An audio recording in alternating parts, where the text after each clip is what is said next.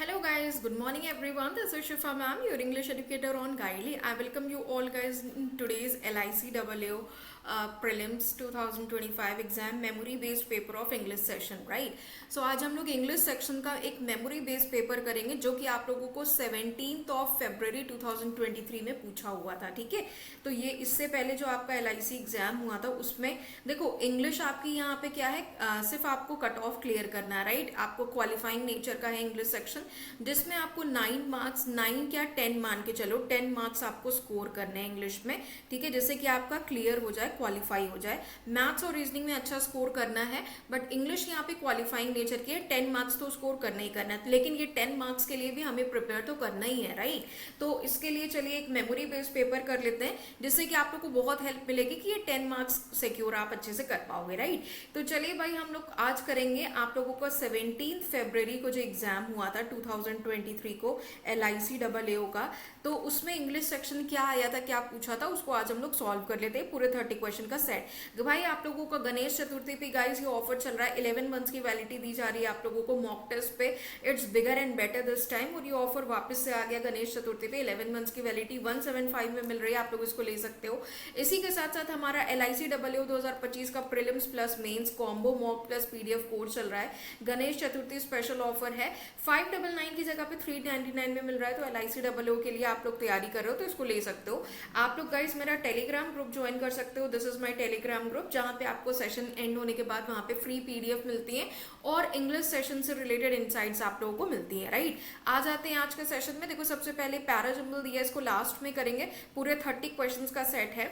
यहाँ पे next question देखो क्या कह रहा है. The following sentences have 4 words that have been highlighted. One of these words might either be wrongly spelled or inappropriate in the context. You are required to read the same carefully and choose the option with the wrong word as your answer.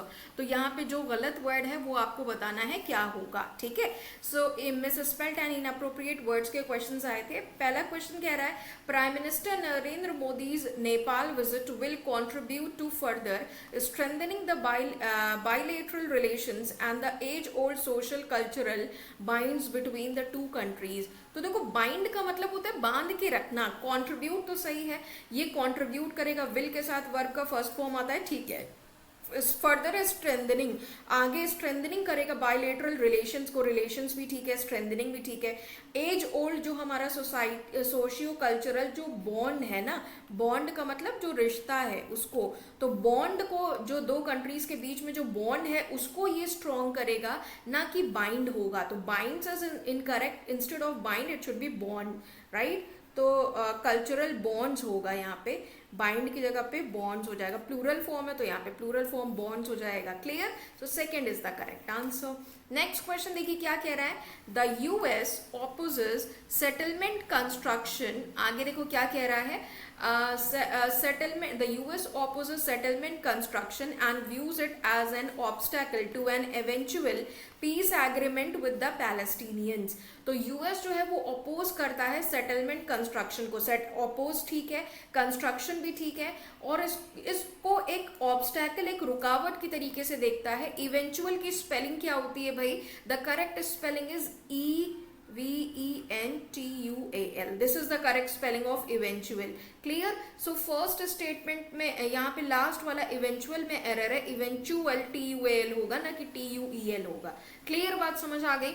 Next question देखिए क्या कह रहा है. अगला question देखते हैं.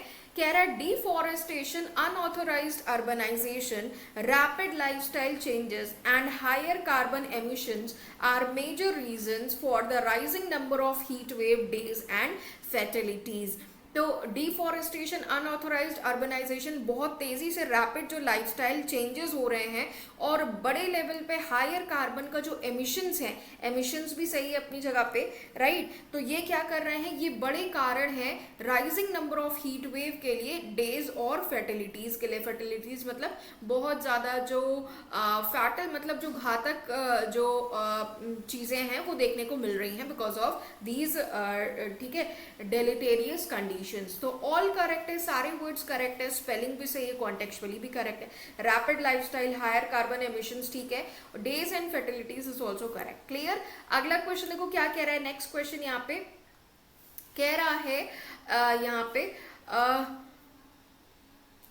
This डिसमेड the three political parties. डिसमे का मतलब क्या होता है? What does the word डिसमे means? डिसमे का मतलब होता है किसी की चिंता कॉज करना। क्लियर? बहुत ज्यादा किसी को चिंता दे देना, किसी को टेंशन दे देना। थ्री पॉलिटिकल पार्टीज के बीच में कहीं ना कहीं टेंशन हो गई। दैट स्पिल्ट नहीं होता है, स्प्लिट होता है votes of the former Protestant ascendancy. Ascendancy का मतलब क्या होता है? पावर होल्डर जो होता है, जिसके पास सुप्रीमेसी होती है, उसको बोलते हैं एक्सेंडेंसी। प्रोटेस्टेंट एक्सेंडेंसी जो है between them, but it did not, लेकिन ये उनको सरप्राइज नहीं कर रहा था। ठीक है, इसका एक्सेंडेंसी का मतलब होता है पोजीशन ऑफ पावर, आप कह सकते हो। क्लियर? बात समझ में आ रही है? या फिर आप कह सकते हो सुप्रीमेसी। सुप्रीमेसी। ठीक है, बात समझ में आई? सो स्प्लिट की स्पेलिंग गलत है, it should B SPLIT rather than spilt. Clear? बात समझ आ गई? नेक्स्ट क्वेश्चन चलिए देखते हैं क्या कह रहा है। कह रहा है यहाँ पे next question, the judiciary and the executive appear, आगे क्या कह रहा है? And the executive appear to be looking for a mutual acceptable method of dealing with issues on which opinions are divided, जिसपे ओपिनियन जो थे वो डिवाइडेड थे। तो अब यहाँ पे एक्सेप्टेबल देखो एडजेक्टिव फॉर्म है, जुडिशियरी ठीक है, और एग्जीक्यूटिव जो है वो ऐसा लग रहा था कि वो देख रहे हैं एक म्यूचुअल एक्सेप्टेबल। तो acceptable is an adjective, able word adjective होता है, और आपको पता है गाइस कि एडजेक्टिव का क्वालिफायर एडवर्ब होता है, राइट? तो जब एडवर्ब होता है तो म्यूचुअल गलत है, एडवर्ब में ly लगता है, तो it should be mutually acceptable. Clear? तो mutual is the incorrect sense, तो fourth is the correct answer. ठीक है, अगला क्वेश्चन देखो क्या कह रहा है। In the following question a sentence is divided into 5 parts in which only one part contains an error. You have to identify that part of the sentence which contains the error. अब आपको बताना है कि किस part में error है, that will be the your answer. चलिए देखते हैं, let's see what could be the correct answer. Question क्या कह रहा है? China had released videos of swarms of quadcopter drones being used to supply rations and other essential items to personnel deployed close to the border। तो अब यहाँ पे देखो, अगर आप ध्यान दो भाई, तो यहाँ पे क्वेश्चन में कह रहा है चाइना ने क्या किया है? रिलीज किया था वीडियो। हैड रिलीज मतलब पास्ट टेंस की बात कर रहा है। ठीक है, तो टू पर्सनल, अब यहाँ पे पास्ट टेंस की बात हो रही है, इसका मतलब वर्ब पास्ट टेंस में लगेगा। आगे भी ड्रोन्स बीइंग यूज्ड, इसका इस्तेमाल किया जाता है सप्लाई, राशन सप्लाई के लिए और दूसरे जरूरी सामानों के लिए। इन पर्सनल्स को जिनको कि डिप्लॉय किया गया था बॉर्डर के पास, जिनकी तैनाती की गई थी, तो की गई थी तो डिप्लॉयड होगा ना, पास्ट टेंस वर्ब यहाँ पे भी यूज करेंगे। So E part is having a grammatical error. Clear?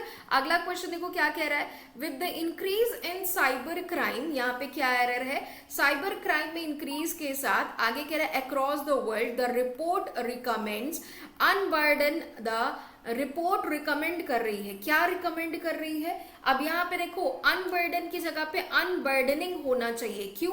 क्योंकि यहाँ पे कुछ ऐसे वर्ब्स होते हैं जिनके बाद हमेशा हम जीरेंड फॉर्म लगाते हैं, जैसे कि आप कह सकते हो इंजॉय है, माइंड है, डिसलाइक है, रिकमेंड है, कीप है, अवॉइड है। ये कुछ ऐसे वर्ब्स हैं जिनके बाद हम हमेशा ing फॉर्म ऑफ वर्ब लगाते हैं। तो अनबर्डन गलत है, इट शुड बी अनबर्डनिंग। ठीक है, द रिपोर्ट रिकमेंड, तो रिकमेंड के बाद यहाँ पे जीरेंड फॉर्म आएगा, तो it should be unburdening, burdening. Clear? बात समझ में आ रही है? आई होप ये सबको क्लियर हो रहा है। तो it should B report recommends unburdening the, so the error here is in C part, so C is the correct answer। by creating laws to resolve infinitive verb सही है। Spanning and fake news, spamming और fake news को resolve करने के लिए। ठीक है, अगला क्वेश्चन देखो क्या कह रहा है। नेक्स्ट क्वेश्चन कह रहा है आर कॉन्स्टिट्यूशन, अब यहाँ पे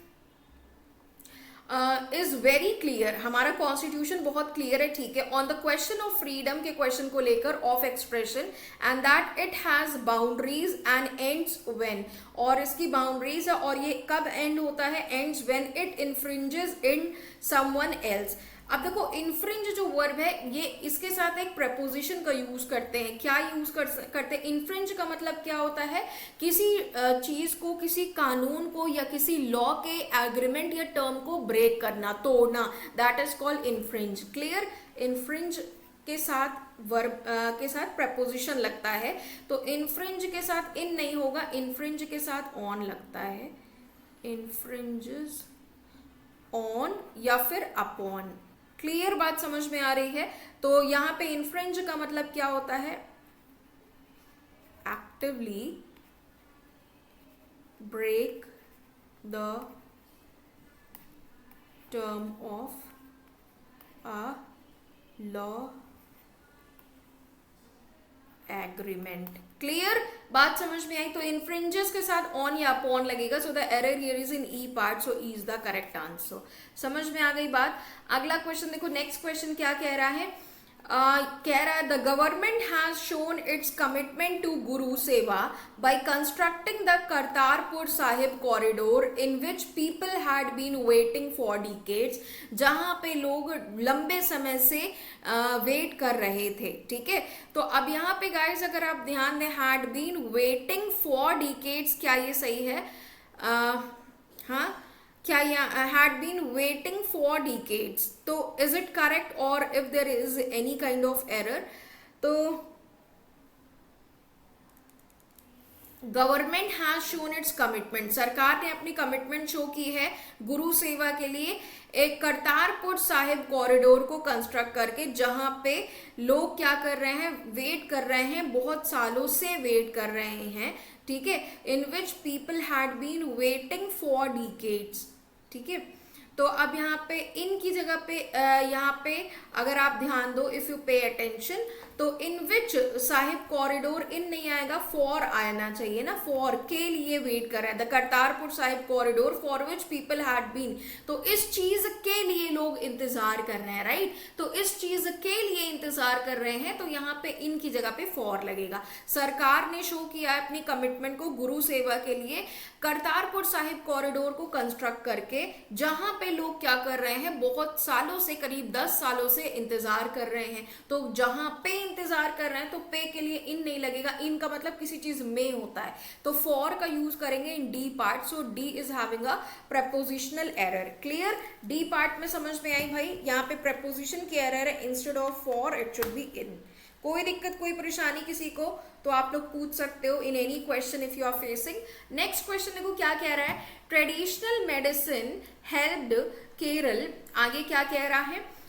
helped Kerala promote tourism, and similarly every state should promote it as this power was there in the entire country in every corners। क्या इसमें कोई एरर है?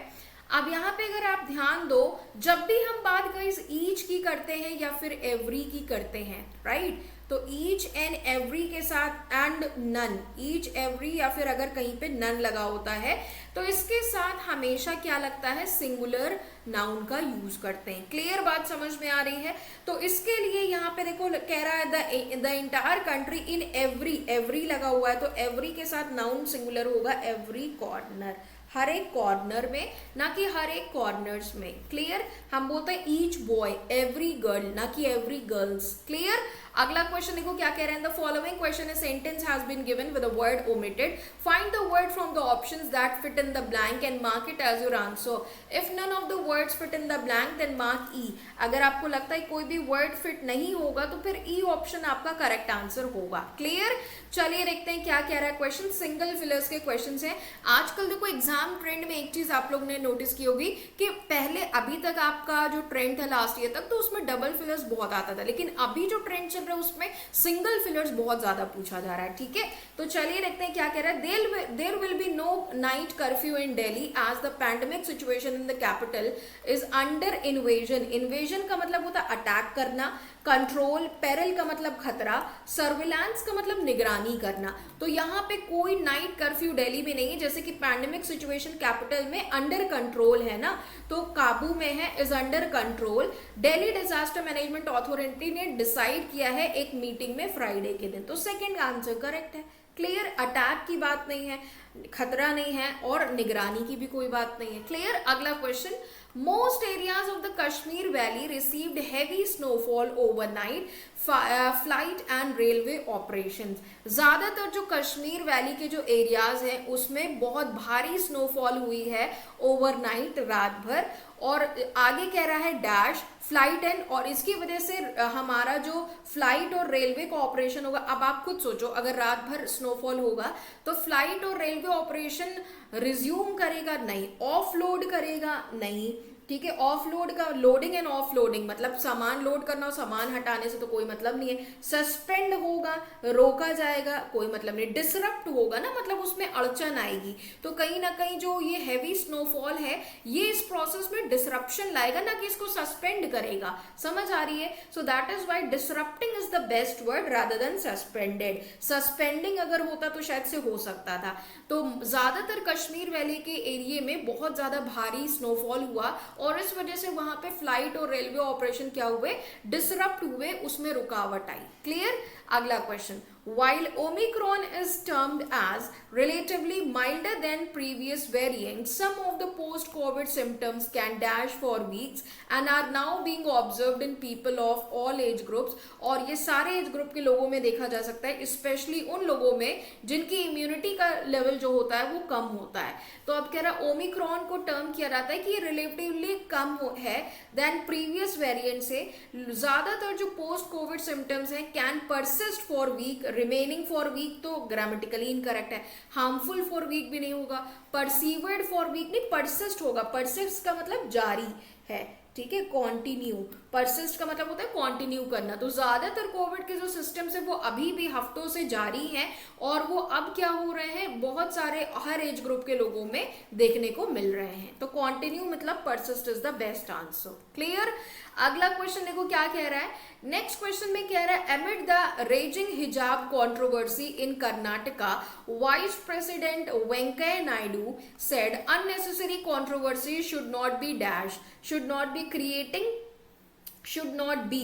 अब बी के साथ वर्ब का थर्ड फॉर्म आएगा ना, तो क्रिएटिंग तो ग्रामेटिकली इनकरेक्ट है। Should not be encouraged dampen, dampen का मतलब होता है, डैम्प का मतलब होता है किसी चीज को गीला करना, मॉइस्ट, ठीक है। स्ट्रेन का मतलब होता है रिलेशंस में स्ट्रेन हो जाना, ठीक है, खींचातानी होना। तो खींचातानी की तो कोई बात है नहीं यहाँ पे, तो इनकरेज होगा ना। इस तरह की जो कंट्रोवर्सीज हम, ठीक है, रेजिंग हिजाब कंट्रोवर्सी के दौरान कर्नाटका की जो वाइस प्रेसिडेंट वेंकैया नायडू हैं उन्होंने बोला कि जो अननेसेसरी मतलब बेकार की जो कंट्रोवर्सीज हैं उसको हमें इनकरेज नहीं देना चाहिए, उसको हमें बढ़ावा नहीं देना चाहिए, एंड स्टूडेंट्स जो हैं उनको गाइड करना चाहिए स्कूल यूनिफॉर्म के थ्रू। क्लियर। तो encouraged is the best answer. Clear, बात समझ में आ गई। अगला क्वेश्चन कह रहा है, the Indian embassy in Ukraine issued an advisory informing Indian nationals that it was working to dash evacuation routes, it was working to preventing। अब यहाँ पे देखो टू लगा हुआ है, it was working to, तो टू के साथ इतना आपको समझ में आता है, टू के साथ V1 लगता है इन्फिनेटिव वर्ब, टू प्रिवेंटिंग होगा नहीं।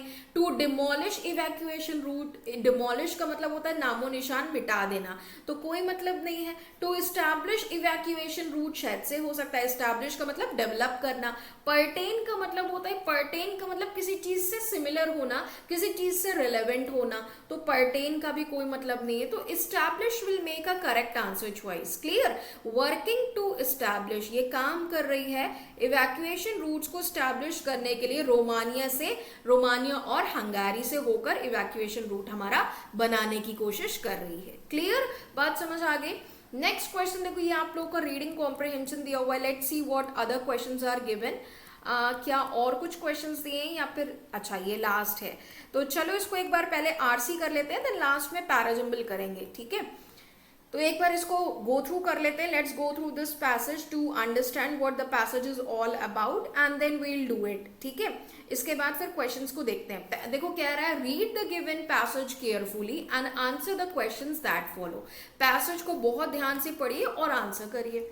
Ongoing struggle of farmers is not for political power. It is a struggle to transform Indian agriculture and the livelihoods of the farming majority, which are in ruins in most part of the country. जो कि क्या है, बहुत ज्यादा खतरे में है ज्यादातर कंट्री के हिस्से में। The compulsion of our time is to give a new direction to a peaceful people's movement to generate momentum in small peasant agriculture, which in turn could give real content to our democracy, जो कि हमारी स्वतंत्रता को एक real content देगी. Setting aside false promises, गलत वादे करना of doubling the farmers' income by the government or pretending that market-friendly reforms will do the trick, we propose a different way of designing a minimum support price MSP. ठीक है, तो कहीं ना कहीं किसानों से रिलेटेड, उनकी स्ट्रगल से रिलेटेड ये पैसेज आपको दिया हुआ है. This is the theme. तो अब फॉल्स प्रोमिसेस, गलत झूठे वादे जो हैं वो एक साइड रख रहे हैं कि हम फार्मर की इनकम को डबल कर देंगे. सरकार की तरफ से ऐसा प्रिटेंड किया जा रहा है कि मार्केट फ्रेंडली जो रिफॉर्म्स हैं ये कुछ जादू कर देंगे. ठीक है, तो हम प्रपोज कर रहे हैं एक अलग तरीके का डिजाइनिंग जो कि मिनिमम सपोर्ट प्राइस के नाम से देखने को मिला.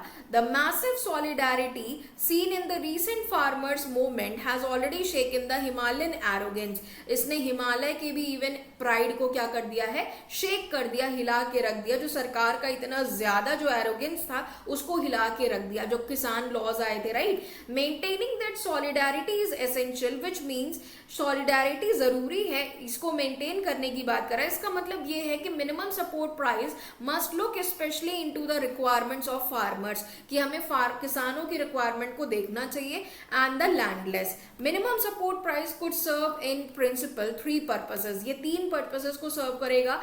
Price stabilisation in the food grain market, food grain market में प्राइस को स्टेबलाइज करेगा. Income support to farmers, farmer की इनकम को सपोर्ट करेगा. And also a mechanism for coping with the इनडेप्टनेस of farmer. और जो किसान बेचारे जो कर्जे में डूब जाते हैं उनको उससे बाहर निकलने में मदद करेगा.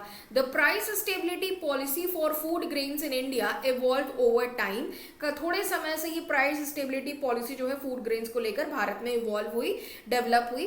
First with the essential commodities act जो कि 1955 में आया था, टू काउंटर प्राइस राइज, जो कि प्राइस राइज को फेस करने के लिए आया था, due to speculative private trading and then MSP in the 1960s. जो कि अनुमान, स्पेक्यूलेटिव का मतलब होता है, स्पेक्यूलेशन का मतलब होता है अनुमान लगाना, प्राइवेट ट्रेडिंग में जो हम बोली लगाते थे उसकी वजह से. एंड फिर उसके बाद एमएसपी आया, कब आया, 1960s में आया.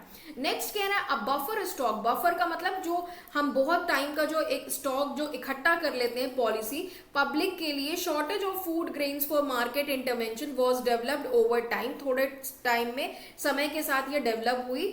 To involve different kinds of mechanism, जैसे कि setting cost based minimum procurement price, की मिनिमम जो लागत का जो दाम है कॉस्ट बेस्ड उसको सेट किया जाए. Paying the difference between procurement price and market price, और जो हमारे जिस दाम पे हमें सामान मिल रहा है और जो मार्केट प्राइस है उसके बीच का जो डिफरेंस है उसको पे किया जाए. आगे कह रहा है स्टोरिंग द प्रोक्योर्ड सरप्लस. ठीक है, जो प्रोक्योर्ड जो एक सरप्लस जो बोनस हमें मिलता है उसको स्टोर करना सेल के लिए पब्लिक डिस्ट्रीब्यूशन सिस्टम पीडीएस के थ्रू एट इशू प्राइस, कि जिस प्राइस पे उसको जारी किया गया है. And market intervention to stabilise price when deemed necessary, और मार्केट का एक इंटरफेरेंस हो कि जब हमें प्राइस को स्टेबलाइज करने की जरूरत हो, जब वो नेसेसरी है तो हमें ये करना चाहिए, मार्केट में इंटरवेंशन होना चाहिए. ठीक है, मार्केट इंटरवेंशन होना चाहिए. आगे कह रहे हैं दीज इंड्यूस्ड फार्मर्स, ये जो फार्मर्स जो इंड्यूस्ड हैं, ठीक है, मतलब जो इस प्रोसेस के थ्रू होकर गुजर रहे हैं, to shift to a high yielding varieties cropping pattern during the green revolution. हरित क्रांति के दौरान जिन्होंने क्या किया, high yielding varieties cropping pattern को अडॉप्ट किया, शिफ्ट किया उधर. while ensuring food security for citizens की food security को ensure करते हुए. This task required interlinking procurement, storage and distribution with more centralized investment, कि इसमें और ज़्यादा centralized investment की ज़रूरत है, and control of each of these tasks, और इन सारे टास्क को हम कंट्रोल कर सकें. आगे कह रहे if price is charged in a range according to harvest condition, अगर हम प्राइस को चार्ज करेंगे एक ऐसी रेंज में हार्वेस्ट कंडीशन के अनुसार, द टोटल इकोनॉमिक कॉस्ट, तो जो टोटल ऑलराउंड जो इकोनॉमिक कॉस्ट होगा वो वैरी करेगा एक प्राइस बैंड के with in. MSP has to be conceived as a list of some 23 crops with a more flexible arrangement. Minimum support price जो है वो हम कंसीव कर रहे हैं कि 23 क्रॉप्स की जो लिस्ट है इसमें इसको एमएसपी को लगाया जाए एक मोर फ्लेक्सिबल अरेंजमेंट के साथ। Each crop within a band of maximum and a minimum price depending on harvest condition, that is higher price in a bad and lower price in a good harvest year in general will have its price set in the band. इसका band में एक price set रखा जाएगा।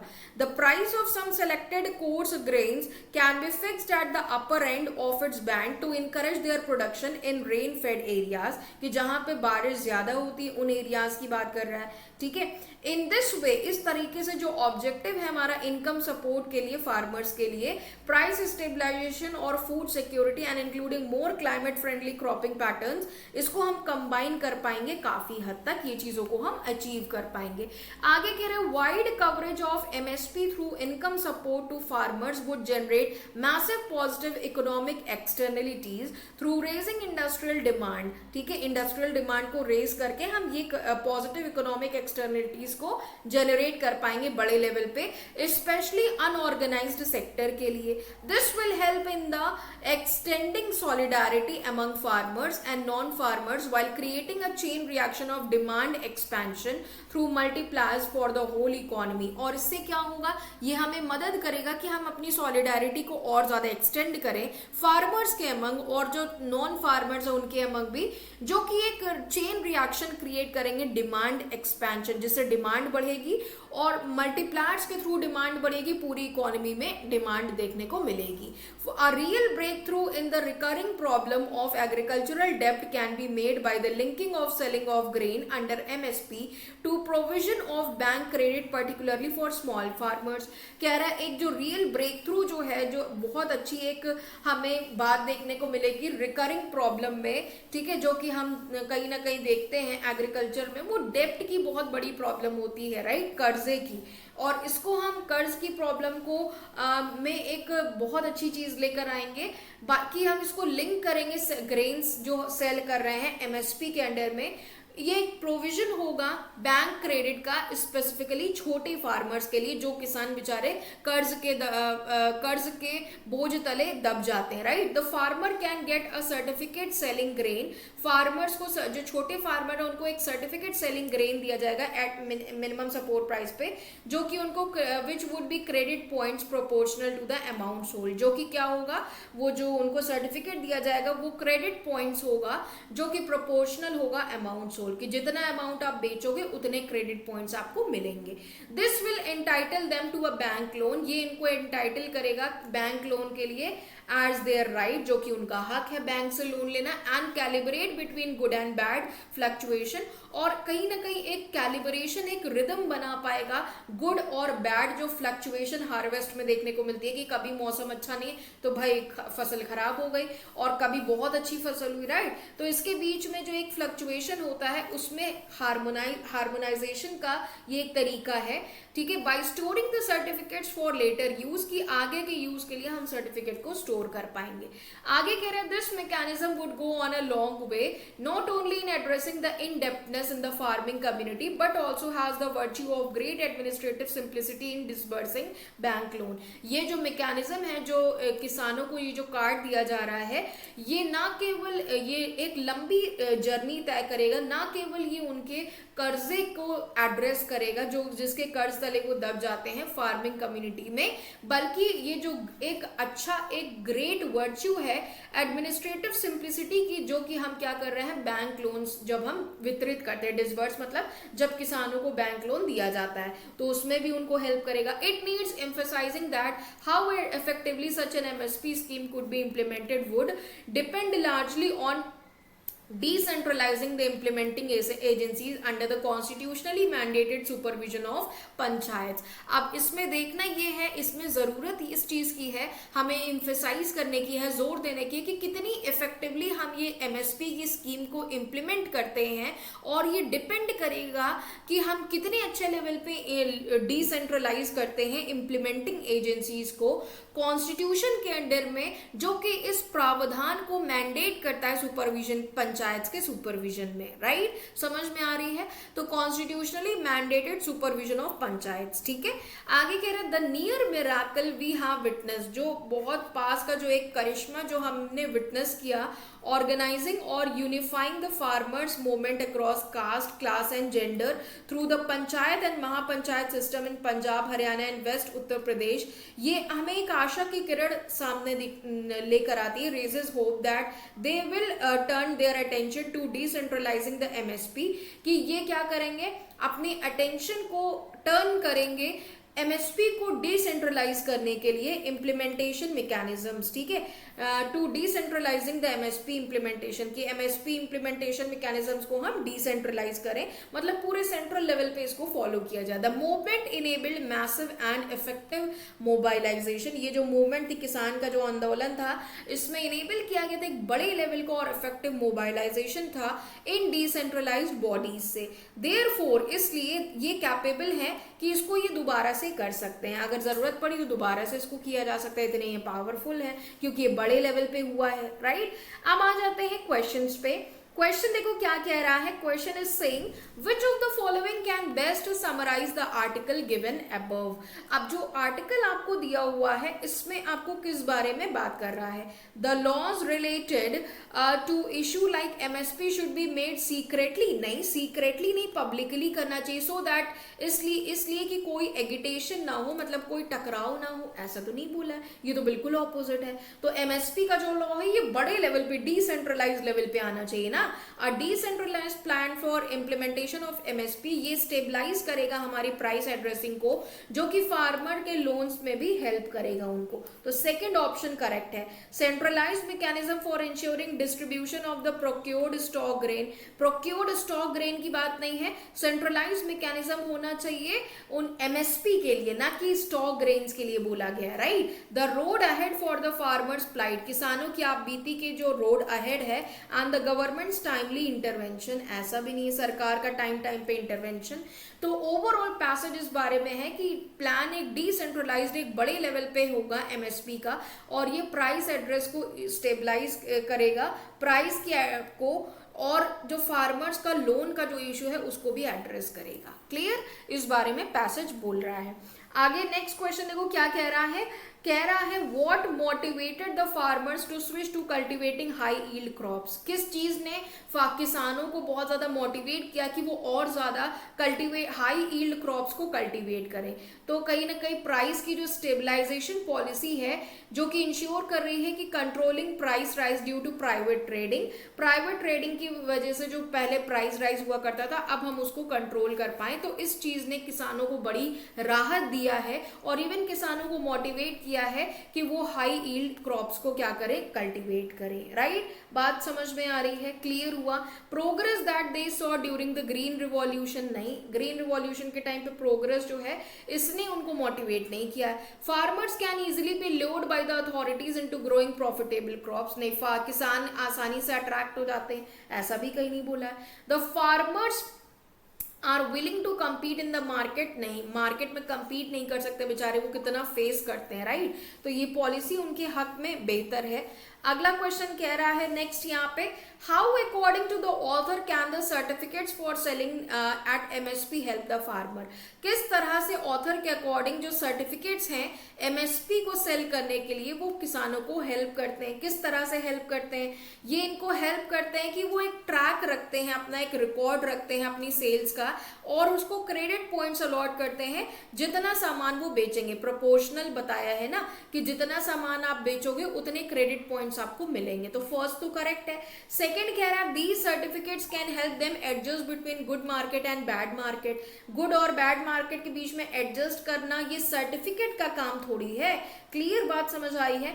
Credit points जो है ये earn किए गए हैं सर्टिफिकेट, ये उनको हेल्प करेगा बैंक लोन लेने पे भी, बिल्कुल। तो थर्ड भी करेक्ट है, तो first and third is the correct sense. Clear बात समझ में आ रही है? सेकेंड स्टेटमेंट डिस्टॉर्टेड है, जैसे कि यहाँ पे ये करेक्ट नहीं है। क्लियर? अगला, what is the tone of the author in line setting aside dash the trick, इस लाइन में ऑथर की टोन कैसी है बताइए, क्रिटिकल टोन है? नहीं। एडल्ट्री एड्यूलेटरी टोन है? एड्यूलेटरी का मतलब क्या होता है, पूरी तरीके से बहुत ज्यादा रिस्पेक्ट दिया है, फुल ऑफ प्रेज जिसको आप बोलते हो, फुल ऑफ प्रेज। क्या ऐसे पढ़ के रख रहा है कि ऑथर ने बहुत इज्जत दी है, बहुत प्रेज वर्दी सेंस में बात की है? ऐसा भी नहीं है। ह्यूमरस टोन है क्या? ह्यूमरस का मतलब क्या होता है, बहुत ज्यादा दिमाग लगा के किसी के मूड की बात करना, बहुत ध्यान से डीपली किसी चीज को एनालाइज करना? ऐसा भी नहीं है। बल्कि यहाँ पे सरकास्टिक टोन है, मतलब टॉन्टिंग एटीट्यूड में बात किया गया है ऑथर ने, जो कि परफेक्टली एक्सप्लेन कर रहा है कि किस तरह से ऑथर ने अपनी बात को यहाँ पे रखा है। ये ऑथर ने टॉन्ट किया है ना कि instead of making false promises the MSP should be design in a certain way. MSP को एक इस तरह से झूठे वादे सरकार करती है, और एमएसपी को अगर हम बनाते हैं तो किसानों के लिए क्या क्या फायदा होगा, तो कहीं ना कहीं सरकार के ऊपर टॉन्ट किया है ऑथर ने, तो sarcastic tone is the correct answer. Clear? अगला क्वेश्चन कह रहा है how would decentralisation of the implementing agencies help as per the author. बताइए किस तरह से जो डिसेंट्रलाइजेशन है इम्प्लीमेंटिंग एजेंसीज का, वो आपको ठीक है एजेंसीज ये हेल्प कर सकता है, ऑथर के अकॉर्डिंग आपको बताना है। तो अब ये कह रहा है यहाँ पे देखो किस तरह से जो इम्प्लीमेंटिंग एजेंसीज का डिसेंट्रलाइजेशन अगर हम करते हैं तो वो किस तरह से हमें हेल्प करेगा, तो ये पॉलिसी मेकर्स को हेल्प करेगा कि हम अपनी पावर का बहुत अच्छे लेवल पे इस्तेमाल कर पाएंगे यूनिफिकेशन के लिए एजेंसीज, ताकि एजेंसीज का एक यूनिफिकेशन हो सके कि हम काम को यूनिफाइड तरीके से कर पाए। यही करेक्ट सेंस है ना, बात समझ में आ रही है? लास्ट पैराग्राफ में देखो आपको बोला गया है, लास्ट पैरा में क्या बोला है, कह रहा है it needs emphasising that how effectively such an MSP scheme could be implemented would depend largely on decentralising the implementing agencies under the constitutionally mandated supervision of panchayat. ये लाइन बोली है ना पैसेज में, the near miracle we have witnessed in organizing and unifying the farmers movement across caste, class and gender through the panchayats and mahapanchayat system in Punjab, Haryana and West Uttar Pradesh, ये hope raise करता है that they will turn attention,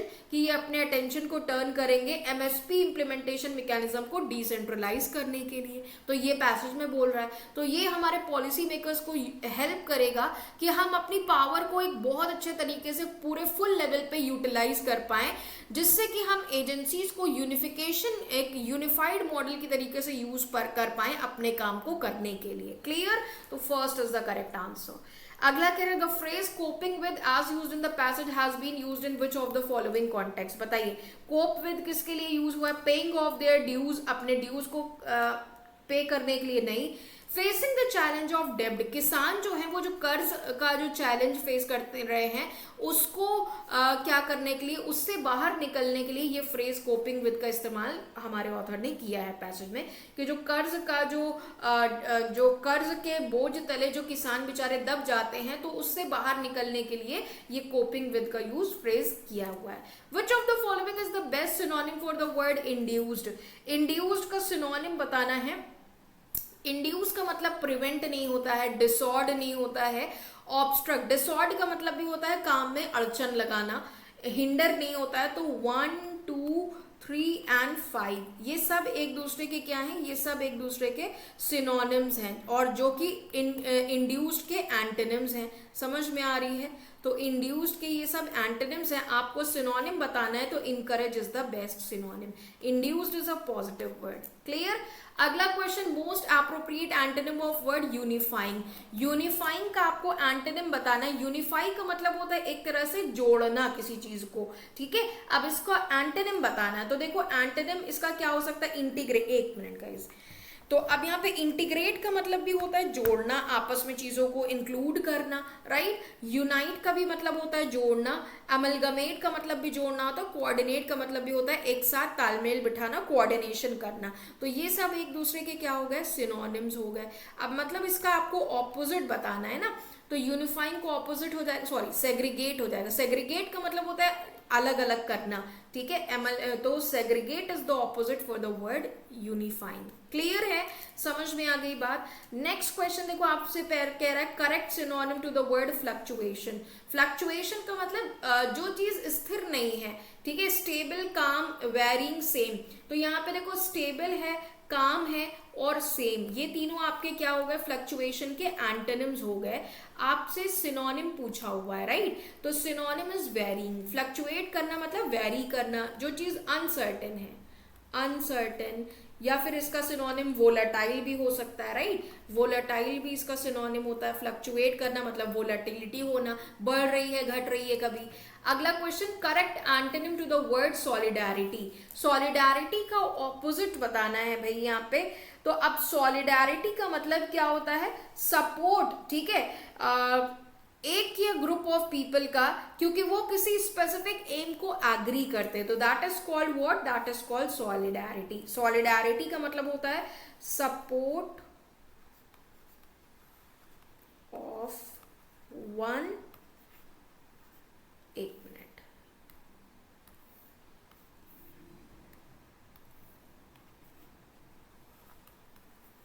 group of people, ठीक है, for another.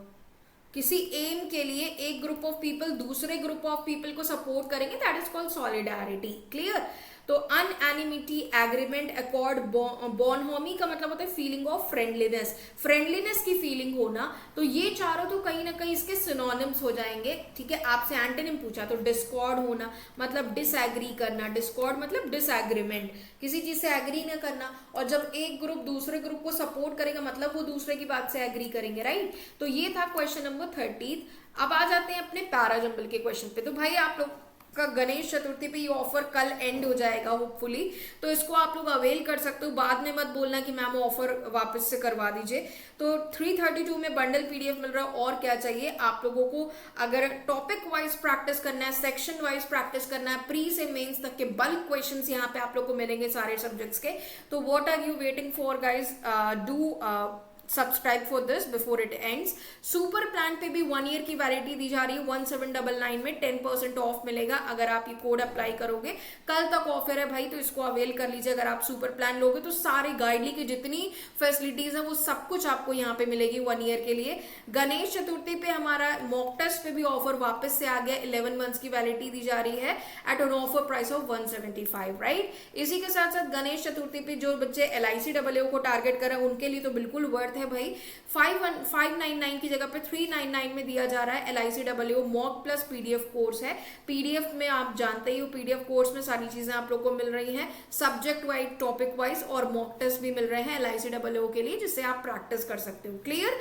तो इसको आप लोग ले सकते हैं भाई। इसी के साथ साथ आप मेरा टेलीग्राम ग्रुप ज्वाइन कर सकते हो, जहां पे आप लोगों को इंग्लिश सेशन से रिलेटेड आपको फ्री पीडीएफ्स मिलती हैं क्लासेस के बाद। मॉर्निंग 7 AM एडिटोरियल क्लास हो रही है, इस क्लास में आप जरूर आइए। यहाँ पे हम आपको डेली बेसिस पे एडिटोरियल के रीडिंग कॉम्प्रिहेंशन और editorial based cloze test, para jumble और कुछ क्वेश्चंस कराते हैं जो कि एडिटोरियल पे ही बेस्ड होते हैं। बहुत सारी वोकैब सिखाते हैं, तो आप लोग आइए। और इवनिंग 7:15 PM क्लास यूट्यूब पे हो रही है, गाइडली यूट्यूब चैनल, जहाँ पे हम लोग 3 डेज पीओ मेंस के लिए कर रहे हैं, अभी टारगेट कर रहे हैं, और 3 डेज यहाँ पे हम लोग क्लर्क प्रीलिम्स के लिए क्लास कर रहे हैं। क्लियर। तो ये भी क्लासेस में जरूर आइए, ठीक है। और भाई अगर कंटेंट पसंद आता है, क्लास पसंद आती है, तो उसको लाइक जरूर करिए, सारे एस्पिरेंट्स को शेयर जरूर करिए, और अगर आप नए हैं गाइडली यूट्यूब चैनल पे तो प्लीज सब्सक्राइब करें चैनल को, ठीक है। अब इसके साथ साथ आ जाते हैं अपने रिमेनिंग क्वेश्चन पैराजंबल पे। चलो पैराजंबल भी कर लेते हैं भाई जल्दी से। Let's do this parajumble also, ठीक है। क्या कह रहा है question, A set of 6 statements is given below in an inappropriate order. Appropriate नहीं, inappropriate order में rearrange the statements and choose the option given the correct sequence. ठीक है। अब आपको ऑप्शन चूज करना है, करेक्ट सीक्वेंस बताना है कि क्या करेक्ट सीक्वेंस होगा। क्लियर, बात समझ में आ रही है। तो चलो देखते हैं भाई क्या कह रहा है ये पैराजंबल। लेट्स सी कहां से स्टार्ट कर सकते हैं। From where should we start. GIC is the 8th largest wealth management fund in the world, ठीक है। GIC 8th largest fund management है वर्ल्ड में। इट ओन शेयर, इसकी जो ओन्ड शेयर्स हैं वो इतने लाख करोड़ की वर्थ है उनकी, ठीक है। This money is also use, ये पैसा जो है यही 1.0 लाख करोड़ ये जो पैसा है ये यूज किया जाता है। इसका मतलब बी और सी का कुछ पेयर हो सकता है।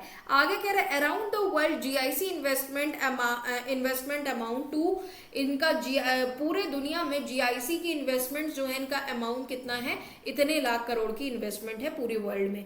द गवर्नमेंट ऑफ सिंगापुर, ठीक है, तो सिंगापुर की जो सरकार है, गवर्नमेंट है, इन्वेस्टमेंट कॉरपोरेशन जो है ये एक ऑर्गेनाइजेशन है, कॉरपोरेशन है जो कि इंटरनेशनली क्या करती है, इन्वेस्ट करती है इन इक्विटीज में। Clear, the money doubled in terms of in last 20 years. तो इसका मतलब हम कहीं ना कहीं हमें ये अंदाजा तो हो रहा है बिल्कुल कि हम ई से स्टार्ट करेंगे। The paragraph should start from E. Clear, 6 statements का है तो E will be the opening statement.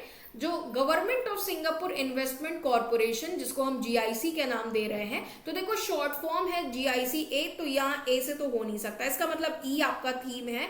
Government of Singapore Investment corporation, ये जो एक कॉरपोरेशन है इसके बारे में बात की गई है। ये इंटरनेशनली क्या करता है, इन इक्विटीज में शेयर इन्वेस्ट करता है, पैसों को लगाता है। क्लियर, अब इससे हम कह रहे हैं इट ओन्ड शेयर्स, इनके जो ओन्ड शेयर्स हैं, जो इन्होंने शेयर खरीद रखे हैं, उसकी कीमत कितनी है, वर्थ अबाउट 1.09 लाख करोड़ की है मार्च 2022 के टाइम पे। भारत में सिर्फ इतनी थी, तो सोचो दुनिया में कितनी होगी। तो ई से बी का पेयर समझ में आया कि ये जो आपकी GIC जो एक कॉरपोरेशन है, government of Singapore Investment corporation, ये इंटरनेशनली पूरी दुनिया में इन इक्विटीज को में पैसे को इन्वेस्ट करती है। अब सिर्फ इंडिया में मार्च 2022 में इन्होंने जो शेयर्स में इन्वेस्ट किए पैसे, उसकी कीमत 1.09 लाख करोड़ की थी। क्लियर, अब इसके बाद हम कह रहे हैं नेक्स्ट इज डी। डी में क्या कह रहे हैं, अराउंड द वर्ल्ड, पूरी दुनिया में GIC इन्वेस्टमेंट का जो अमाउंट है वो कितना है, इन्होंने कितना पैसे लगा रखे हैं, 55 लाख करोड़ पूरी दुनिया में इन्होंने इन्वेस्ट कर रखा है। क्लियर, तो बात समझ में आई। एंड नेक्स्ट इसके बाद कह रहा है GIC is the 8th largest wealth management fund in the world. अब हम कह रहे हैं इसके बाद डी से ए का पेयर समझ में आया, पूरी दुनिया में। पहले आपने देखो क्या बोला, पहले आपने बोला कि जो हमारी government of Singapore Investment corporation है, ये पूरी दुनिया में हमारी इनइक्विटीज में पैसों को इन्वेस्ट करती है, फर्स्ट पॉइंट। अब इसके बाद इसी से कोरिलेट किया, अब पैसों को इन्वेस्ट कर रही है तो शेयर लगा रही है। अब कह रहा है इनके जो शेयर हैं सिर्फ इंडिया में, उसकी मार्च 2022 के समय में जो लागत थी उसकी कीमत कितनी थी, वर्थ 1.09 लाख करोड़ की थी। अब इसके बाद हमने बोला नेक्स्ट डी में कह रहा है पूरे वर्ल्ड में। अब हमने इंडिया की बात कर दी, इंडिया के बाद अब पूरे वर्ल्ड की बात कर रहे हैं, तो that is why D is the third statement. कह रहा है पूरे वर्ल्ड में around the world GIC investment amount जो है वो 55 लाख करोड़ का है, अबाउट हम इतना एस्टिमेशन मान के चल रहे हैं। नेक्स्ट उसके बाद हम कह रहे हैं कि ये जो GIC है ये 8th largest wealth management fund है पूरी दुनिया में, 8वें नंबर पे है। क्लियर, समझ में आई बात। एंड देन 8 से पेयर देखो F का है, क्या कह रहा है, जो the money doubled in real terms in the last 20 years, जो पैसे हैं वो रियल टर्म्स में दोगुने हुए हैं पिछले 20 सालों में इस कॉर्पोरेशन में। EBDA then F and last C। कह रहा है दिस मनी इज ऑल्सो, अब ये जो पिछले 20 सालों में जो पैसे डबल हुए हैं इन्हीं पैसों की बात कर रहा है, दैट इज वाई F और C का पेयर है, क्योंकि ये पैसों की बात कर रहा है जो पैसे क्या हुए हैं, डबल्ड हुए हैं, डबल्ड मनी। इसी डबल मनी की बात C में हो रही है। तो कह रहा है दिस मनी, ये दिस मनी किसको रिफर कर रहा है, दिस किसको रिफर कर रहा है, यही जो मनी डबल हुआ है, और इसी डबल मनी के लिए दिस का यूज आपने C पॉइंट में किया हुआ है। तो कह रहा है this money is also use, ये पैसे जो है ये सरकार के द्वारा यूज किए जाते हैं पब्लिक के वेलफेयर के लिए। क्लियर, बात समझ में आई। अब आ जाते, क्या आपकी इंडिया कंट्री कभी ऐसा कर सकती है, कभी नहीं। लोगों के वेलफेयर का तो कोई नामो निशान नहीं, इसीलिए ये चीज कंट्रीज इतनी एडवांस्ड मानी जाती है, क्योंकि वो लोगों का वेलफेयर चाहती हैं वाकई में, राइट। अब चलो आ जाते हैं भाई, आपका पेयर बना था EBDAFNC, third statement, third is D, right. तो D is the correct answer. Next पूछा है फोर्थ सेंटेंस कौन सा होगा, तो EBDAFNC D, A, F and C, right? तो fourth is this is third, this is fourth is A, तो A is the correct answer. Next पूछ रहा है first sentence, तो आपका opening statement था E वाला, ठीक है, तो कॉर्पोरेशन, सिंगापुर कॉर्पोरेशन की बात कर रहा है. सेकेंड सेंटेंस कौन सा है? ई से कोरिलेशन बी का था, तो B is the correct answer. Next क्या कह रहा है? लास्ट सेंटेंस, तो E B D A F and C, तो C is the last statement. Clear? बात समझ में आ गई? तो this is all up for today guys. I hope ये पेपर आप लोग को पूरे 30 क्वेश्चंस का बहुत पसंद आया. और गाइज ये एक पेपर कर लोगे तो आराम से 10 मार्क्स इंग्लिश सेक्शन में तो स्कोर कर ही लोगे, ये मेरी गारंटी है. ठीक है, आराम से 10 क्या, इवन आप 15 to 20 भी आराम से स्कोर कर सकते हो. ठीक है, क्योंकि इंग्लिश में आपका क्वालिफाइंग नेचर का है. मैथ्स और रीजनिंग में देखो, LICAA की हम बात करें तो LICAA में मैथ्स और रीजनिंग भी डुएबल आती है. समझ में आ रही है बात? मेरे फादर खुद LIC में काम किए हुए हैं. ये डुएबल लेवल की आती है. ठीक है, तो डुएबल लेवल की आती है. मैथ्स और रीजनिंग आप ऑलरेडी कर सकते हो, क्योंकि बैंकिंग की तैयारी करो तो इंश्योरेंस में मैथ्स रीजनिंग भी डुएबल आती है, आप कर पाओगे. मैथ्स रीजनिंग इंग्लिश में कोई दिक्कत नहीं आएगी आपको. लेकिन प्रॉब्लम वहां आती है, इंश्योरेंस पूछता है यहाँ पे. ठीक है, यहाँ पे जनरल इंश्योरेंस काफी बड़े डीप लेवल में पूछा जाता है. इसमें इंश्योरेंस और करंट अफेयर्स आपको बहुत ध्यान देना होगा. ठीक है, तो क्योंकि इंश्योरेंस का एग्जाम है तो इंश्योरेंस के बारे में बहुत पूछता है. ठीक है, तो इसलिए उस टॉपिक को, उस सब्जेक्ट पे ज्यादा ध्यान दीजिए, इंश्योरेंस और करंट अफेयर्स पे. क्लियर? बाकी मैथ्स रीजनिंग तो ऑलरेडी आप बैंकिंग एग्जाम्स के लिए प्रिपेयर कर ही रहे हो, तो LICAA में अच्छे से कर ले जाओगे. ठीक है, तो ये थी मेरी एडवाइस आप लोगों के लिए. जो लोग भी इसके फॉर्म अप्लाई किया, आप लोगों ने फिल किया, तो इंग्लिश भी इसको एक बार ये पेपर जरूर देख के जाइएगा. आराम से 10, 12 मार्क्स, 15 मार्क्स, 20 मार्क्स स्कोर कर लोगे आप. ठीक है, तो चलो भाई, मिलते हैं इवनिंग क्लास में 7:15 PM सेशन में, जहां पे हम आप लोग को 1 डे प्रीलिम्स और 1 डे मेंस की क्लास करा रहे हैं. आज मेंस की क्लास कराएंगे, तो मिलते हैं भाई आज इवनिंग मेंस में अच्छे क्वेश्चंस लेकर. Till then bye, stay safe.